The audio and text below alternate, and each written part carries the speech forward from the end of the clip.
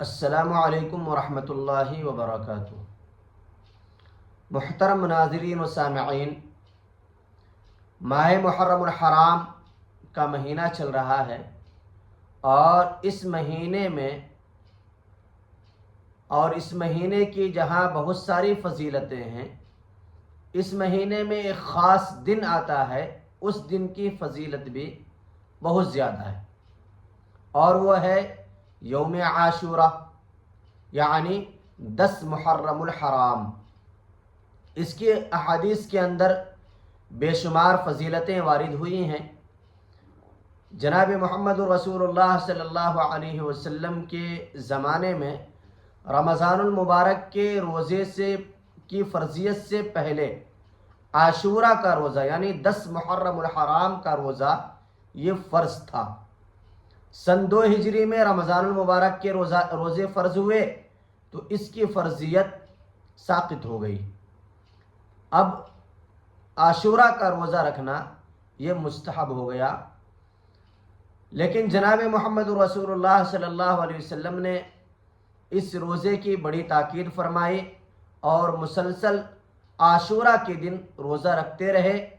آقا علیہ الصلوۃ والسلام جب مدینہ تشریف لے گئے تو وہاں بھی روزہ رکھنے کا حکم دیا، خود بھی رکھا، لیکن وہاں پر دیکھا کہ یہودی لوگ بھی روزہ رکھتے ہیں، تو اللہ کے رسول صلی اللہ علیہ وسلم نے سوال کیا تھا کہ عاشورہ کے دن آپ لوگ کس خوشی میں روزہ رکھتے ہو؟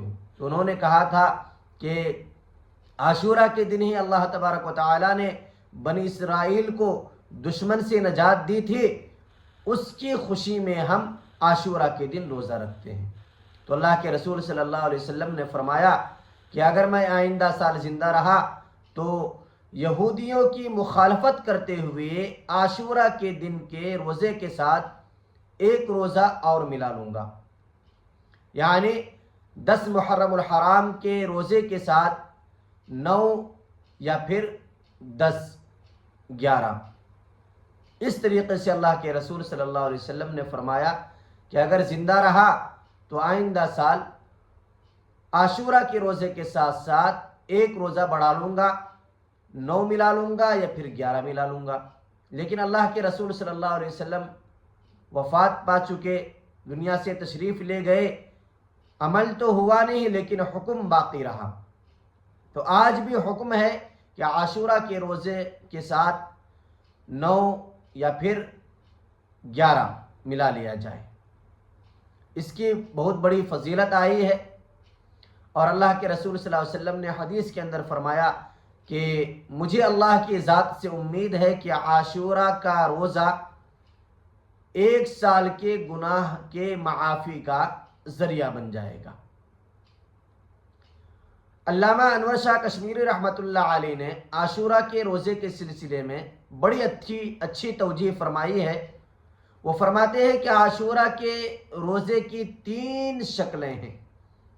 نمبر 1،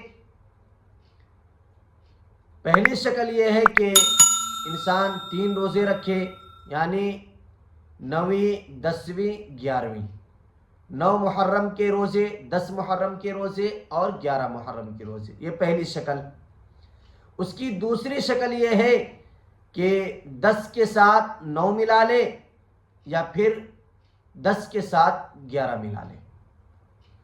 تیسری شکل یہ ہے کہ صرف عاشورہ کا روزہ رکھے، یعنی 10 محرم الحرام کا روزہ رکھے اور اسی کو یعنی 10 محرم الحرام کے دن ہی روزہ رکھنے کو خاص طور سے اور اس کے ساتھ نہ ملانے کو علماء کرام نے مکروہ تنزیہی لکھا ہے۔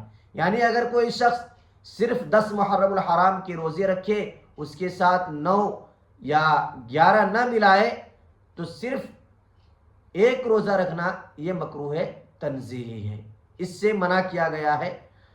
تو کوشش کریں کہ 3 روزہ ہی رکھیں، جیسا کہ علامہ انور شاہ کشمیری رحمۃ اللہ علیہ نے فرمایا، اور انہوں نے فرمایا ہے کہ ان 3 شکلوں میں سب سے افضل شکل پہلی شکل ہے، یعنی 9، 10 اور 11 تینوں روزے رکھے جائیں، یہ زیادہ بہتر ہے اور یہ افضل شکل ہے۔